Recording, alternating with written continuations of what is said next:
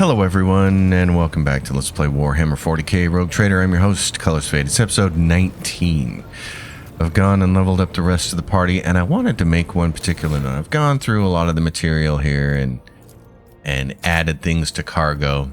You can do this to turn this into cargo that you can then trade into the traders, as we saw in previous episodes, which then increases your profit factor. This is how you're going to increase your profit factors, by turning most of this stuff in and trading it. However, you've noticed that you can go down here and say always add to cargo, and then the next time you pick up an item like that, it automatically gets added to the cargo and it doesn't go into your inventory. If you're ever in a position where you think you might have something in your cargo that you actually want to use, you can always find it by going to cargo management down here and then hitting this cargo tab. And then you'll just have to scroll down through here and find the thing you're looking for, like armor or weapons.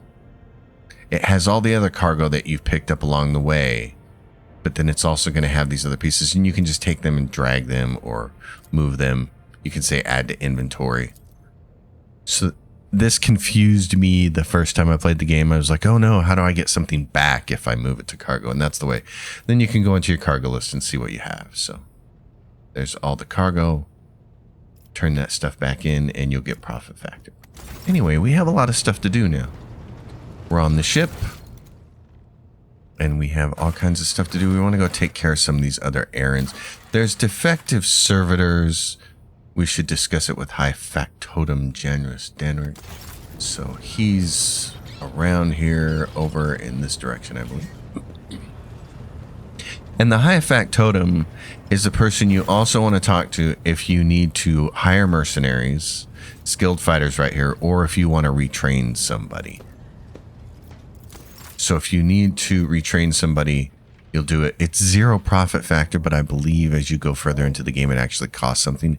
I do not have Toy Box installed right now, so this should be the default stuff, but this is how you can do it. Anyway, and if you want to hire mercenaries, you can do that. One thing I want to make a note of here is that in previous Alcat games, they've always provided a lot of quote-unquote evil characters, especially with Wrath of the Righteous. I felt in that game they actually went a little overboard with it. In this game, not so much. In fact, if you wanted to make a full party of just heretical characters, it would be impossible to do. You'd have to hire mercenaries to do it. So if you want to play fully evil and you're finding that you don't want to have any of the dogmatic characters along with you, you can come in here, you can hire a mercenary, and you can build them from level 1. It's a fantastic way to do it. Anyway, Victus informed me about a problem with the servitors. What's happening? You see, your lordship, the ship's servitors have been malfunctioning of late. They violate protocols, interrupt their tasks, observe crew members for long periods of time, and move erratically with no meaning or purpose. Janus Danrock nervously pulls on his luxurious frock coat as if it were uncomfortably tight. Had it been a routine technical fault, I would have decided the fate of these servitors myself, but I deemed it necessary to notify you. I do not wish to hide such irregularities from the Lord Captain. If you wish to observe the servitors' usual behavior before you decide their fate, this can be arranged. The majority of the defective units have been delivered to one of the storage compartments pending your decision. Pascal Hanuman expressed the desire to be present during the inspection should it be carried out. I suppose the expertise of the esteemed Majos may come in handy. Yes, I see. Well, I wish to take a look at them before deciding their fate. As you wish, your lordship. Would you like the Engineer Prime to accompany you? Absolutely. Bring Pascal. So you get a storybook. I think this is our second storybook thing. When his lordship arrived at the scene, he found the servitors in the same position that they assumed after they had been corralled into the bay, all standing in a long spiraling line and facing the center of their strange formation. The moment his lordship crossed the threshold of the bay gate, their bodies jerked into motion, all as one, as if obeying a command. The servitors turned to face the Lord Captain. The technomats tasked with overseeing the defective units even reached for their weapons, but then the servitors went still just as abruptly, staring at his lordship with vacant eyes. All present held their breath, disturbed by this sight. We waited for the Lord Captain to speak. His lordship, Holt von Valentius, took several steps toward the servitors. Immediately the servitors, each and every one of them, stepped toward the Lord Captain in perfect unison. They mimicked his movements with frightening precision. The rogue trader halted in place and after a moment's thought, waved his hand, and the servitors, just as synchronously, repeated that gesture as well. When the Lord Captain turned quizzically to the technomats, so did the servitors, as if mocking him.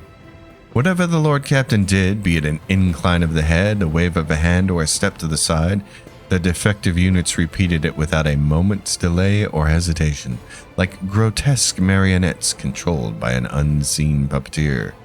We observed this mime unfold in distressed bafflement for nearly a minute until the servitors finally came to a stop. Not sensing any threat from them, the rogue trader approached with confidence. The Lord Captain examined the servitors. As High Factotum, it was I who had prompted that entire inspection, and thus it was my duty to follow the Lord Captain. As we stepped closer, we noticed a fascinating irregularity. The servitors' pupils, normally still, were shaking wildly. Their bulging veins were pulsating under the copper collars inscribed with their past offenses. It was as if those mindless half-machines were locked in a perpetual state of extreme tension. A visibly shaken technomat behind us proposed that the human souls had awakened within the servitors' bodies after a long slumber deep within their lobotomized brains. Formerly bereft of intelligence, they had attained awareness, feeling, and understanding. After a pause, the technomat added that the servitors used to function properly, and that no one had been able to explain the change in their behavior. His gaze, still trained on the motionless but animated half-machines and half-people, the Lord Captain stepped away from the servitors. All present held their breath, disturbed by this sight. We waited for the Lord Captain to speak. His Lordship Holt von Valentius gestured for his Engineer Prime to steady the servitors. The Engineer Prime slowly waded into the motionless ranks of the servitors, peering into their faces and checking the readings. There was no haste in Pascal's actions. With mesmerizing diligence, he inspected every single unit in his path, and binaric prayers were his companions in this investigation. The examination confirmed the technomat's initial hypothesis. The servitors' souls, or rather the souls of the people they once were, had awakened. Not yet fully conscious of their past and present, these half-machines could nonetheless feel primitive emotions and sensations such as fear and pain. This undesirable consequence of shoddily performed lobotomy is most rarely observed, and yet, for some unknown reason, it had occurred in every single one of the servitors gathered in the bay. All present held their breath. Well then, the Lord Captain demanded a report on the defective unit's status from the technomats. The technomat's long-winded and detailed report could have been summarized in a single key point. Despite the servitors' abnormal behavior, they were still quite capable of carrying out tasks, and therefore, the circumstances did not call for their termination. Well then. His lordship looked at me with unwavering resolve, and it was that confidence that wrenched me out of the nightmarish stupor that had me tensely observing the scene unfolding before me. Lord Captain gave the order to dispose of the servitors so that their human souls may be released from torment. The Lord Captain's command was executed post-haste. All defective units were incinerated in the furnaces, and the remains were expelled in the void. The crew was provided with replacement servitors and soon forgot all about the destroyed unit's peculiarities. Yet this incident haunts my memories to this day. With the fate of the defective servitors decided, nothing could now distract the Lord Captain from his mission, except for all the other distractions. One of the cool things there that they talked about is that the copper wires on the servitors had inscriptions of their transgressions, which kind of reminds me about how when we tend to go to war, we'll like write messages on bombs that we send. Kind of reminded me of the same kind of thing. It's one of the lore parts of this game that is kind of neat, the servitors. Even though it's insane, of course, but that's the whole point. Alright, so down here. Retain the shards. We don't need... Find the hidden cache on Dargonis. Don't gotta worry about that. Talk to Heinrichs about the cult of the final dawn. Heinrichs. Where is he? He's right here. My man. Heinrichs. I like you, but I don't like that helmet. I don't like helmets in general. She's got a helmet on too, and she's got pretty white hair, so let's get rid of that. There you go. Abelard, though, it seems only right that you have a helmet on. Okay. Jai, I kind of want you... What do you look like with this? Oh, it's so cute. She's got the eye patch. Come on. She's got that helmet. I don't really like that look on her. There we go. There's our crazy person. She's got the sunglasses. It's awesome. Okay. Heinrichs. He looks at you intently, his head tilted. You wanted to discuss the nature of your mission? Yes. But not here. I wouldn't want our conversation to be gossip fodder on the bridge and in the officers' mess. All right, my man. For an Inquisitor, I actually like him. And normally he's exactly the kind of character I would hate in a video game. And if they would have had a character like him in Wrath of the Righteous, I'm sure they would have made me hate him. I really hate those characters. Heinrichs nods slightly. Thank you for finding the opportunity to talk. I trust now would be a good time to explain the reason for my return aboard your ship. Yes. I welcome the chance to assist the Inquisition with its inquiries, Van Kalux. Lord Captain, your enthusiasm is commendable. The interrogator smiles, but his eyes remain cold. To business, then. Cult of the Final Dawn. Madmen preach their heretical doctrine among the denizens of the Cronus Expanse and instigate crimes against the throne and humanity. One such crime took place in your protectorate. The Lord Inquisitor considered it necessary to have one of his acolytes accompany the rogue trader on the voyage into the corrupted region. I also need to meet with one of my observers on the capital world of your domain. Why would Ordo Xenos agents investigate a chaos cult? You are well versed in how the Inquisition is organized, Holt. Yes, initially our arrival in the Cronus Expanse was dictated by the need to fight Xenos. But there is more. The cult is tangentially related to my main specialization. Perhaps I will be able to reveal the full truth someday, but right now I ask you to display humility and patience. A chaos cult in my protectorate. Heinrichs, are you laying an accusation against my dynasty? Chaos treads softly, Holt.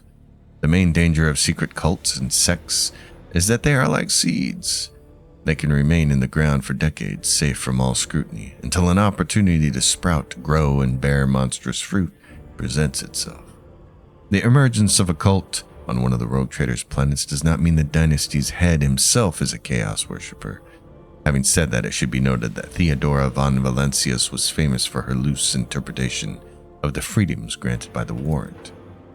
Heinrichs regards you with a probing look. A bloodline can be stained by ancestral transgressions. If it is indeed so, it is in your best interest to do whatever necessary to redeem yourself, and then perhaps you will get a chance to salvage your dynasty's reputation. The Lord Inquisitor mentioned in his letter that he's willing to show lenience towards my actions that would otherwise be interpreted as radical. That is correct. I should show greater tolerance for the mistakes of a newly appointed rogue trader. To be frank, I am surprised. The Lord Inquisitor is not the type to indulge the weakness of soul and mind, even in someone who only recently accepted the burden of a lofty title. I see. Well, I have already agreed to give you a place aboard my ship. What else do you need? The rogue trader should deliver me to the system that contains the industrial world of Kiava Gamma. I will then accompany you to the surface and determine what the cult is planning, and how it intends to use the resources that have fallen into their clutches, which may very well include the blessed engines of the Adeptus Mechanicus, and even the followers of the Omnissiah themselves. I will be frank. The answer to this question is unlikely to please either of us. The machinations of chaos usually go beyond solely inflicting countless deaths and destruction. Having their plans come to fruition would lead to far more terrible consequences. One of the systems in the Cronus Expanse is already lost. May the Emperor protect us from watching this tragedy play out again. We met a Chaos Space Marine on Reichad Minors. Do we risk running into his brothers? I have no doubt it will happen sooner or later. Chaos Marines siding with the cult is very, very bad news.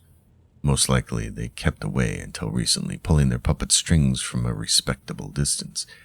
These traitors seldom show up alone. The best we can count on is having to deal with just a squad of Chaos Space Marines in the Coronis Expanse, and not an entire company. I see. Well, that's enough discussion about the arch-enemy's servants. Tell me about the Drukhari who stole Reichad's son. Heinrichs winces. The Drukhari, one of the branches of the Aldari, an ancient and vicious Xenos race. Those creatures are a living terror to ordinary people who fall prey to their raids. The simple reason that the victims are not killed outright, but instead become their playthings. Just as you and I need air to survive, the Drukhari require psychic energy born from torment and pain, which they extract from their captives with uncanny expertise. Their ships, which are difficult to mistake for any other, arrive suddenly and undetected. Their stealth technologies greatly surpass the capabilities of standard Imperium auger arrays. The objective of their raids is never to capture a world or a ship. No, they are only interested in fresh victims. After filling their holds with living captives, they disappear into the webway, a different dimension which conceals their greatest stronghold, Camorra, the dark city of the Drukhari, from which none can hope to escape. Heinrich studies your expression. I do not know why the Drukhari stole Reichad's son and brought about the fulfillment of the cult's prophecies. Perhaps the Xenos themselves have played into the arch-enemy's designs, or perhaps Aurora's divinations in fact describe the Drukhari's actions. There is only one thing I can say with absolute certainty. There is no alliance between the cult of the Final Dawn and the Xenos. It is simply impossible. Why did your suspicion fall on Kiava Gamma? Disjointed pieces of data that finally merged into a single picture. Additionally, not long ago, a vessel from that world arrived on footfall. The reports from the crew were confused and alarming, making me fear a planet-wide rebellion. All right, I must go about my business. Is there anything else I need to know? Let me put it this way. You may think whatever you want of me, but my goal is not to hinder you. I am here to help you in the fight against foes you may not even be aware of. You have my word that I will provide every assistance in uprooting the heresy that has sprouted on the Von Valencius worlds while their master was away, and that I will try to be more patient with the less grievous flaws the bearers of the warrant are sometimes known to have. Thank you for sparing the time, Lord Captain. All right, Heinrichs. You want to fight Xenos? You want to make sure chaos doesn't reign? We'll try to make use of you. He's kind of a stud that way. We like him. Alright, what's next on our list of things? Astray. Meet Argenta on the ship. Argenta, she's down here. Towards the front. Just got a little personal questing going on there. Argenta. Greetings. Even in stillness, Sister Argenta radiates energy. With her dark eyes shining and a slight blush to her cheeks, she is reciting a prayer and looks at you only once she has spoken the final line. I'm waiting for you to tell me about your past and explain the strange words of the cultist on Footfall. Yes, I'm ready. I would ask only one thing of you, Rogue Trader. If I may, I would like to see the chamber of the sacred warrant and kneel before the relic touched by the Emperor himself. A difficult conversation lies ahead of us, and I wish to pray by the relic before I lay my soul bare. Of course, let's go there right away. The Warrant of Trade.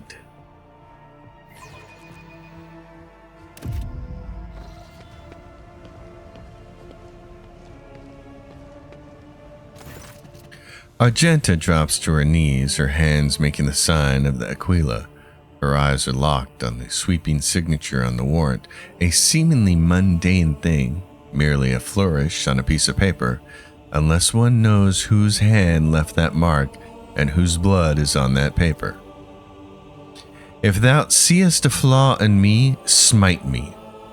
If thou knowest a fall of mine, burn me, with flames of fury and righteousness. But if thou seest a light in me, grace me. And if thou hearest this plea of mine, bless me, with wrath of fury and of righteousness. Argenta's voice is sonorous, as if made for singing hymns and prayers, but right now she cannot seem to catch her breath, so overwhelmed with emotion is she. For I breathe by the will of thine, for I live by the law of thine. I carry thy word, O Emperor. I bring solace to servants of thine, and ruin to foes of thine, a fate of terror and righteousness. Upon finishing, she closes her eyes and remains silent for a long time with her head raised high. Slowly, like the first licks of flame in a campfire, a smile blossoms on her lips. When Argenta finally opens her eyes, they are alight with uncanny resolution. Rogue traitor, we need to talk. Or rather, I need to tell you something. The truth. The truth about how I ended up on Theodora von Valencia's ship and the cultists we encountered on Footfall.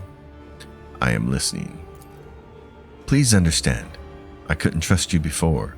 I tell you my story and you'll see why. I'll start at the beginning. It's easier to piece everything together that way. Upon arriving in the Expanse and on Footfall, I found no purpose here, only torment. I wasn't needed. The reliquary I had been assigned to safeguard was already well protected by Reverend Hieronymus' mission, and no one was even trying to defile it. For all its lawlessness, Footfall respects the worship of the Emperor, and that was when Lady Theodora, head of your dynasty, appeared. She became an agent of divine will in a way. It was from her that I learned about a planet recently discovered by her scouts, Salus Prime. For a rogue trader, the planet was of little interest, a feral world away from the convenient warp routes. But for me, learning about its existence was a revelation. The description of Salus Prime was familiar to me. It seemed very similar to a world from an ancient legend, the legend of Saint Argenta and her ship. Argenta, the living saint. She is my patroness. The order named me after her. She died millennia ago when heretics caused her ship to fall from the skies. But even those blasphemers could not touch Argenta's ashes or her holy relic, the one star. For the fallen ship, which now served as the resting place for the saints' remains, would only allow the truly righteous to enter. All others would meet their death. Imagine what I felt when this flash of insight came upon me. The world where Saint Argenta's ship fell was merely a vague legend. No one knew its actual whereabouts. And suddenly I, myself, named after the saint, come across this information. I realized at that moment that it was a portent, that I must journey to the planet and find the ship. And so I asked Reverend Hieronymus to let me go for a time on a personal pilgrimage. I boarded Theodora's ship and demanded passage to the newly discovered planet, Salus Prime. Why did you keep your supposition from Reverend Hieronymus? Surely he could have helped you with the search for the ship and the saint's remains. I couldn't just come out and tell him. It was a portent revealed to me personally. Can't you see? I told Reverend the honest truth, that I was going on a personal pilgrimage to embolden my spirit. It really was a pilgrimage. It was as if Saint Argenta herself had shown me the way, commanding me to undertake this trial. If I had found the ship and set foot on its decks, if I had laid my hand on her remains in the relic, it would have been a sign that I truly had been blessed with the saint's favor. That's understandable. Searching for your destiny, for your place in the world, is a special matter, a personal one. You either succeed at it or you don't. Argenta looks at you somewhat surprised. I thought that I had been called, that finding the ship was my destiny, my place in the world. Perhaps there is something to that. You mentioned something called the One Star. What is it? Apologies, I got so carried away I forgot to explain. The 1 star is the relic kept by Saint Argenta. I belong to the Order Pronatus, and we attach particular significance to holy relics. The 1 star is one of the lost relics of the past, so mysterious that no one even knows what it is exactly. Argenta's hagiography at times calls it a banner or a set of armor or a blessed chainsword. One thing is certain, it was a beacon of righteousness, and it was lost with Argenta's death. Okay, what happens next? Defeat, Argenta said bitterly. The ship's augers failed to detect anything of note during orbital scanning. I was expecting this, though. According to legend, the ship can conceal itself from the naked eye, and only a pilgrim guided by pure heart can find it. What I didn't expect was an ambush waiting for us on the planet. I landed there with a small unit provided by Theodora. I know Saint Argenta's hagiography by heart, and I know all the legends about her. I followed their obscure clues, the descriptions of mountains and rivers from millennia-old tales, and I was certain that I had found the way to the ship, and that's when we were attacked. The words we heard in the heretic's shrine on Footfall, something about ways, doors, pleas addressed to some lord, the edge of daybreak. Argenta is shaking with disgust. They were the same words as those spoken by the cultists who attacked us on Salus Prime. My whole unit perished. All those honest, brave people I had led to search for the relic. It was only by a miracle that I didn't perish with them. I didn't connect these events at first. The cultists on Footfall, the cultists on Salus Prime, the cultists attacking the ship, and Coonrad's betrayal. What if these are all links in the same chain? What if they've long since infiltrated the ranks of the Von Valencia's servants? What if I led those heretics to the sacred planet with my search? Sadly, the one who might have all the answers, Coonrad, escaped. Oh yes, and I sincerely hope that we will meet him again. That serpent needs to answer a few questions before he is plunged into cleansing flame. So how did you manage to escape from the cultists? Theodora's people received the distress call, came to my rescue, and brought me aboard the ship. I barely remember what happened. When they arrived, I was already severely wounded, fighting back with whatever remained of my strength. I think I shouted that we had to go after them, but they didn't listen. They took me to the shuttle and pulled me out. And after that, it's all blackness. When I came to, we were already in the middle of a warp jump. Theodora had urgent matters to take care of, and she decided that she could clear out the planet at a later time. And that's why you didn't trust me before, correct? Yes, rogue trader.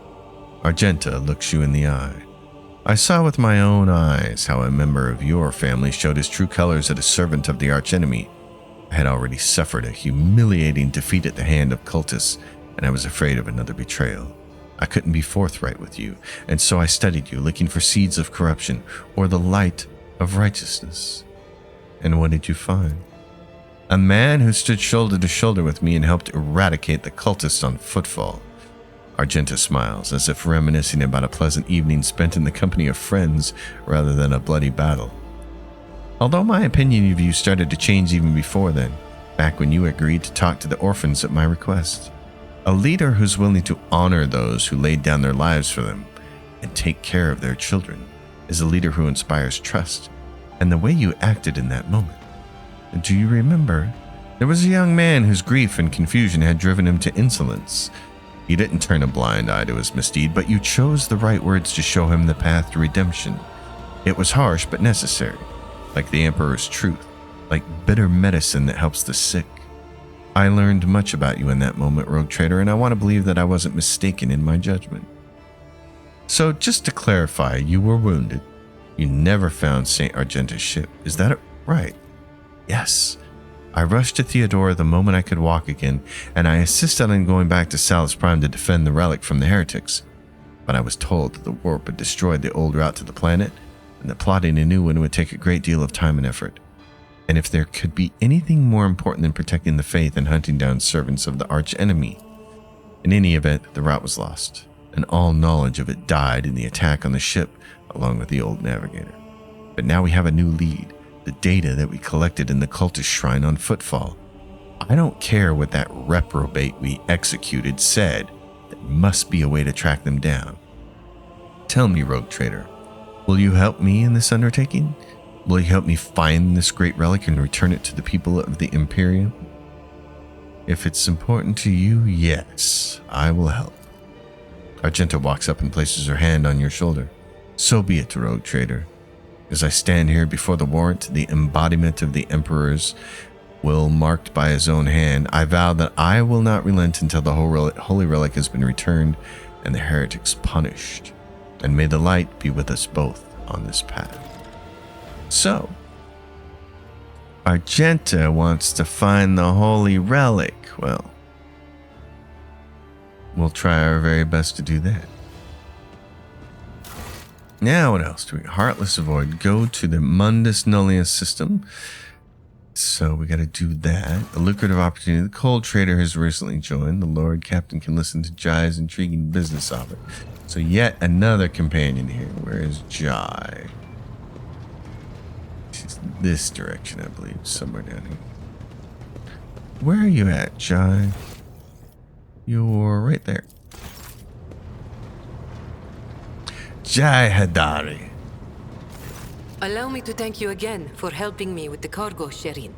I am sure the Ashmags who squirreled away my goods won't give up so easily, and I'll hear more about their scheming yet. Let's strike a deal, Sherin. I will watch your back if you do me a favor and watch mine. Well, enough jokes. Is there something you wanted? There was some business you wished to discuss. Oh, Sherin, I did manage to spark your interest. Allow me to invite you to a more private place. My words are meant for your ears alone. Are they now?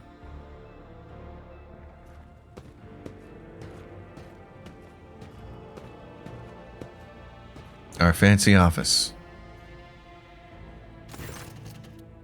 The flickering light of dozens of candles plays across Jai's face, making her small smile appear even more mysterious.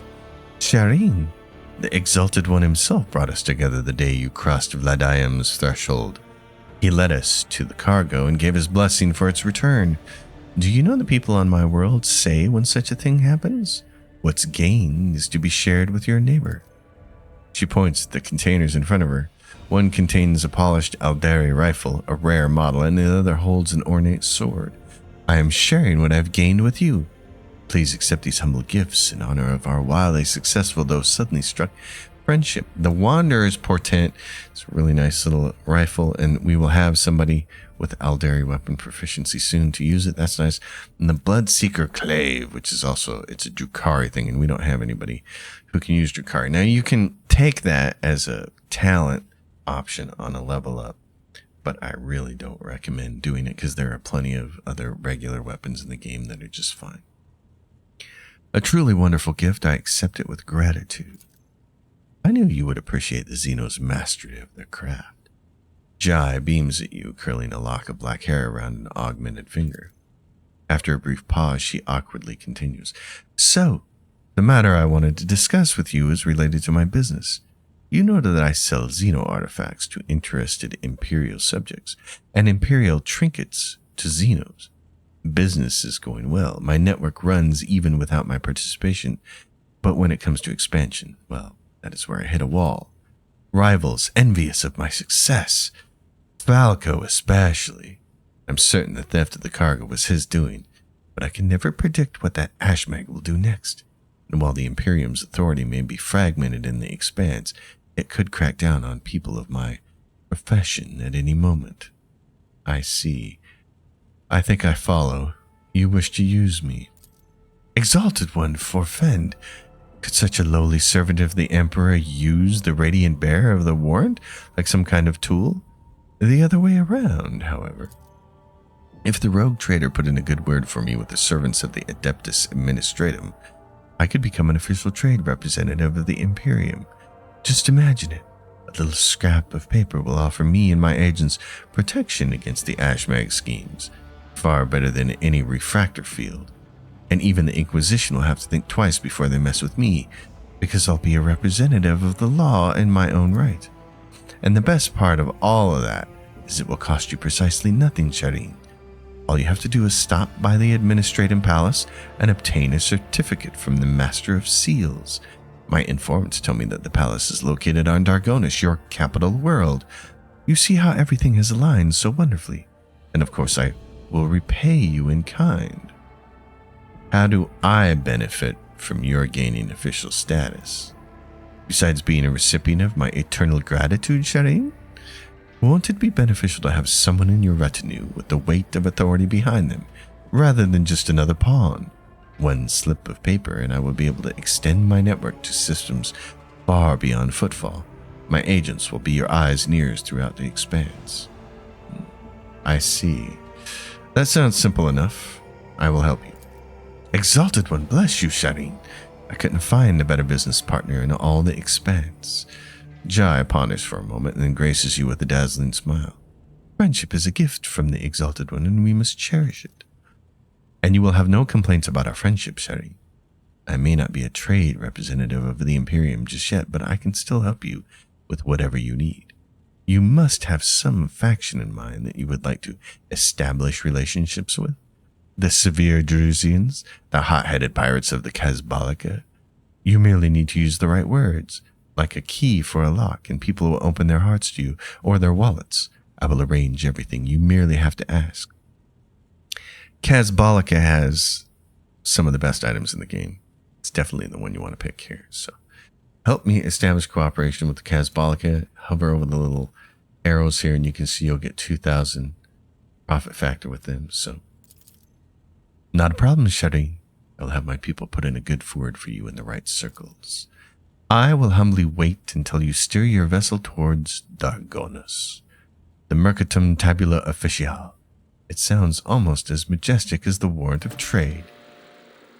And we get her, Happy, and a companion that we really, really like. Because she can skill check until the cows come home. Alright. Well, that's a lot of talking. What else do we have? Go to the Munda system, secrets of the cult, restore the operation of the administratum, wait for the situation to resolve itself in footfall, supply footfall with provisions. That's where we want to go. So, we're ready to move. We need to go to Janus first. In my head, I was calling it Janus, but then at some point in the game, somebody says the name out loud, and it sounds like that part of your body. Lord Captain, we are once more within reach of the Von Valencius Protectorate. Of utmost urgency is restoring the communication with your planets and bestowing the wisdom of your decrees upon their stewards, developing colonies, claiming new territories, and establishing trade links. All this is now your privilege and burden. I mean, you get 3 mobile extractings. Excellent, my friend. Okay. I don't think there's anything else we can get from here, but we're going to check before we leave. List of components, so we can get the Mars Prow battery. This does 4 shots, dealing 14 damage each, which is not as good as anything else, so we'll just keep it and add it to our cargo. And then what we should do is go assign slots for people. There are posts. So we want to get people in here that are good at their jobs. So she has a 75 score in Supreme Commander. Master Cannoneer, she's got an 80. Let's see. Shield Master is usually Pascal. Master of Maneuvers is, let's see, Abelard has the highest score right now. The Warp Channeler usually ends up being one of these two. I'm going to put Adira there for now. And the Master of Etheric, she's at 100. So, darling, that's your job. They'll get skills as they go along. And these skills will help you in combat quite a bit. So, like this vulnerability scan, or this one, Arc Augury. So, and you can see your current skills there and your development. You do level up and you get to choose things just like your characters. And it makes a big, huge difference. So what we want to do is go to the map and make our first thing here. So anytime you enter a new system, you want to chart new routes. By the way, this will give you these points down here, Navigator's Insight. So the first place we can go to without having to spend any points is Sotto's Tomb. This is a somewhat safe route if it's yellow, and it's kind of it's pretty unsafe if it's orange, and it's really unsafe if it's red. So you want to take the red route. So you want to spend these points, Navigator's Insight, to make them green. This going to the Imperium thing, you're locked out of the Imperium in the Cronus Expanse. We've already seen dialogue to that effect throughout this series in these first 19 episodes, that you can't get back there, that it's been split. If you try to go here, you'll get a long storybook section, and you can unlock an achievement on Steam for trying to reach it, but you'll still fail no matter what. So don't bother with that other than for the Steam achievement. Here we're going to go here to Sotto's tomb. Lord Captain, the ship's senior officers request an audience with you. They are humbly waiting on the bridge. So, if you take an unsafe path through the game, a yellow or an orange, particularly an orange route, with an orange route, you'll almost always have to fight some warp creatures on your ship. With a yellow route, you'll usually just get a little bit of text, and it'll tell you that the warp let you leave safely. Lord Captain, Heinrich Montag says, if I may request your attention for a moment, I must report a series of highly dangerous violations that have taken place in the fuel compartment. The Master-at-Arms is ignoring my demands, and I am thus forced to appeal directly to you. The fuelers have founded a sect of some kind. This group practices fire worship of the Emperor and has been burning promethium near the fuel lines. I beg you to stop this madness before we all go up in flames. Jocasta Sarabak says, I should point out that there have been no incidents in the fuel compartment so far, and that the beliefs of this sect do not affect the obedience of the workers or their efficiency in any way. All assemblies are conducted strictly after hours with the permission of their superiors. However, if you find their practices unacceptable, we will put a stop to them immediately. What? They're burning my promethium? The amount of residue accumulated in the drainage tanks was so laughably small that it was not even worth recording. It is there where any real misappropriation of the ship's resources happening here, I would have already punished those involved, Lord Captain. The last sentence carries a faint note of regret. Does the ecclesiarchy recognize this cult, or is it considered heretical? This matter is beyond my purview, Heinrich says. Let Confessor Aldebert be the judge of such business. Aldebert, a plump, rosy-cheeked old man, steps forward, his voice deep and sonorous. The Emperor protects your lordship. I can assure you that there is no heresy festering in the fuel compartment. The sect of the fire prophecies has been tested for purity, and found to be in accordance with the creed. Their leader, who calls himself the Oracle of Fire, is devout and submissive to his servants. They do not twist the sacred teachings. And as for their chosen forms of worship, these are neither rare nor remarkable. Many such minor cults exist in the Imperium with the full approval of the ecclesiarchy. Does this Oracle of Fire really make prophecies? At least he and his flock believe that the Emperor reveals glimpses of the possible future to him in the sacred flame. Occasionally his visions do come true, or so his followers convince themselves. We do not know whether the grace of the God Emperor truly lies upon him, or if he is merely a charlatan, or perhaps a blissful lunatic, or a wicked rogue who possesses psychic power not tempered by his will. A croaking voice interrupts the confessor's words. Lord Captain, Zachary Wise says, as choir master of the Astropathic Choir, I must be watchful of any threats to the ship's safety originating from the Immaterium. I have heard rumors about this oracle, and so I have sent my adepts to see him. They assert that the man is a psyker. This man who speaks to the warp is a danger to himself and the entire vessel. Both law and common sense dictate that he should be thrown into a holding cell, tranquilized, and handed over to the Inquisition to be sent to Holy Terra. Alternatively, you may also dispose of him in some other way. They have to send him to Holy Terra. So again, for those of you watching who are completely new to Warhammer 40k, like I was when I started this game, the Emperor is on life support on a golden throne. And in order to keep him alive, they have to sacrifice 1,000 psychers every day. Their psychic energy is used to life support him. So that seems unsustainable no matter what universe you're in. Choir Master Wise, you and I have not yet had the pleasure of conversing. I beg your forgiveness, but I seldom leave the chapel to interfere in the affairs of the ship. My duty requires that I keep constant vigil as I direct the arrival and departure of messages across the boundless void. But given that this incident has already demanded my interference, I thought it a good opportunity to introduce myself and pay my respects to you. Alright, well, I know how to handle this cult. We stand ready to carry out your order. Let's see. Throw the Oracle into a holding cell and hand him over to the authorities at the first port we visit. 1,000 psychers is still 1,000 psychers. If we can contribute to keeping the Emperor alive, we will. It will be done, Lord Captain. I will see to it that he remains unconscious and his dangerous powers are kept in check. As for the cult, I am sure it will dissolve on its own without its spiritual leader. Yeah, the whole basis for Warhammer 40k is pretty funny. The whole Emperor, and you have to go read the lore because it's extensive and exhaustive, and there's all kinds of stuff about potentially the Emperor being Alexander the Great, and he's basically Alexander the Great times Superman. But now he's dying and he's on his throne, and the Emperor was an atheist who hoped to rid the galaxy of religion, and instead an entire religion for humanity has been built around him and his existence. So that's why I say what I say about this game. If you can't see the satire, I don't know what's wrong with you. So we're going to chart new route because this earns us a navigator point every single time we do it.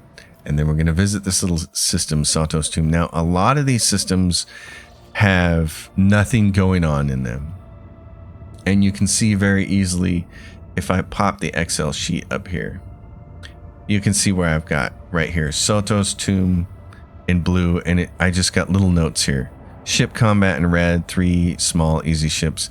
There's an extracticum you can use here to earn 5 plasteel for your empire. And then Sotto's tomb is a one-click explorer, nothing of note here. When done, go directly to Evior's. So that's for people who are using the Excel spreadsheet. That's how to use it if you want to use it for the systems. Otherwise, don't worry about it and just use for the character builds on the other tab. So let's see if we can defeat these pirates here. I have a note that it's 3 small easy ships. We'll see if it really is. The extractiums, I think you really want to only put them down on worlds where there's 3 or more, but there are The whispers sound distant. or 5 or more, I mean. Uncertain. But there are exceptions to that because there are a couple of rare resources that you're going to want to pick up. And that's something I don't have in the spreadsheet, and I may put in it later, so you may want to re-download it later. Is I may do a whole extra tab just for which planets you should put your extractiums on, and also more importantly, which projects you should build on which planets when we get to that part. So this ship has 60 hit points, that has 60 hit points. That's way off in that direction. So what we're going to do is first launch a missile in that direction because this thing's pointed that way. We can get a couple of shots here if we go up. We can shoot this guy here with our turret. Then we get that lance out front. And then what we can do is go over here. That side is exposed, so we got starboard side. Smack him around. And that destroys him, which is great. And then what you really want to do is anytime you can fire all your weapons in a single turn, that's good. So we're going to head up here. I think we should be able to launch that right there. Good. And the way the game does its angles, even if you're kind of like at a 30-degree angle to the front side, it'll usually consider it a side hit instead. So I try to make sure that I'm always hitting the flanks of ships, because it seems like this has a wider field of acceptability. It accepts hits in a wider field versus the front and back seem to be narrower, if you know what I mean. So, all right, we're rid of one ship. It's got cannons going after us, which sucks. And again, as I said in one of the first episodes when we had this is, normally the way it was before the most recent patches, my torpedoes would now get to go. But I'm getting to go first instead, which is really weird. So this, you can see our angle of attack here. We should shoot our turret one here first. And then we're in a tough spot because we can't hit anything. Oh, we can. We can hit him right there. That's cool. I didn't think that would reach. Oh yeah, that's great. Okay. That begs the question, which way do we want to go? We're going to go this way. Because we want to put plasma torpedoes between him and me. Alright. Now we're right there. Plasma torpedoes might take this thing out. Pretty close. It's going to come up on us. Great. I think if we just go up here, either our dorsal one is going to take care of him or our port side one is going to take care of him. There we go.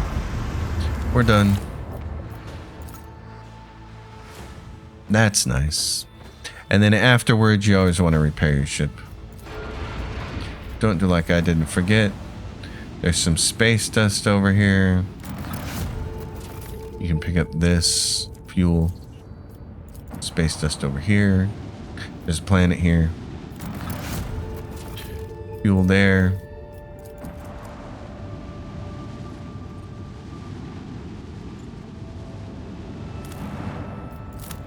And as we said on our Excel spreadsheet, there's going to be plasteel here, and there's going to be 5 of them. There's also a little Sotto's tomb, which is not explored, but it's just a text thing.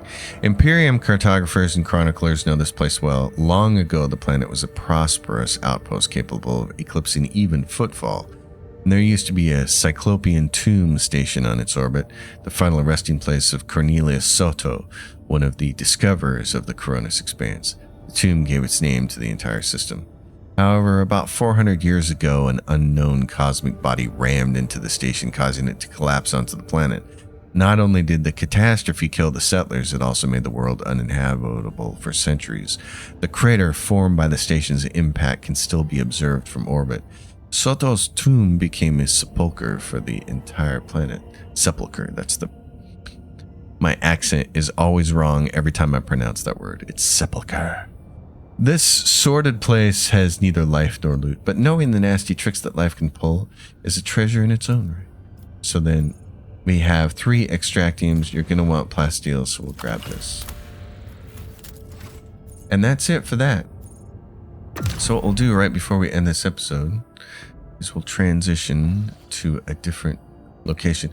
You can go back to Evorus. You can go this way and then come back out this way, or you can go all the way back to Furabundus and use this route instead. We're just going to do this. So here's what you do. If you want to make it safe, you can. I don't recommend doing this because yellow ones are actually perfectly safe, and you need to save some of these points until later. There's a way to get an absolute boatload of navigator's insight, and I will tell you how it is right now. When you finally get up to Dargonus, which is way up here, Mundus Nollia system, and up here, one of these is, this is Dargonus up here in the Mundus Valencia system. When you get up here and you get your coronation, you've taken back your homeworld, and they're going to throw you a big party. You get to take 2 companions along with you, and they each have different bonuses. If you take Cassia as one of your companions for this coronation, you will get about 50 navigator's insight from doing that. So that's the way to get a lot of it, and then you can make every single path on the map safe. We're just going to warp travel to here. We'll get a message. As I am now fated to be your shadow, Dominholt, we must perform a ritual that will seal our bond, for it pleases the Undying One. Let us speak on the bridge. That's the ritual thing. And you say, okay, I'll be there. And then you get this. I wish to inform you that the sacred rituals addressed to the spirit of the ship have been performed. The tech liturgy and the rite of machine blessing ended with a data meditation in order to comprehend the nature of the miracles sent down by the Omnissiah. Acquisition of sacred knowledge has not been recorded. How the spirit of the void ship was able to call upon the power of the machine god and activate the warp drive remains unknown. Yet during my meditative ritual, the Omnissiah gave me an equally valuable revelation. The sacred spirit that lives in the bowels of the ship's mechanisms differs from other analogous forms. This spirit holds a unique power that cannot be called anything less than a blessing of the machine god. So the ship has a spirit. That's how the game works. So what does this mean? Hypothesis. In extremis, the ship spirit is capable of making unpredictable calculations and actions. It is impossible to predict how it will behave in any given situation, but I believe the spirit is currently showing obedience, at least for now. I recommend that we continue monitoring the ship and be prepared for new manifestations. Thank you, Pascal. Omnissiah knows all, comprehends all. And this is typically the message that you get when you warp through a yellow line, through a yellow chart path. The warp jump went surprisingly smoothly. None of the deck officers on duty report any incidents. However, a strange discovery awaited the Lord Captain when he returned to his quarters. The bed was unmade, and the impression of a head was still visible on the pillow. There were no other signs of intrusion. The guards swore under oath that nobody had entered the Lord Captain's quarters. The Immaterium released us from its grip this time. So again, always chart new routes. And then we will take a look at this place next episode. Avioris. There's a lot to do here. So plenty to do in this whole place. And we will do that next episode, folks. Thanks for hanging out with me. You know the deal. Like the video, subscribe to the channel, leave questions and comments down below. Share the video. Tell people. Tell them you think my channel is awesome. I keep hearing that from people. They're like, you should have more subscribers. I don't know what to do about that. YouTube has its algorithm. How do we get it to work for us? I don't know. Let's give it the best shot we can, though, right? I'll see y'all next time. Happy gaming, everyone.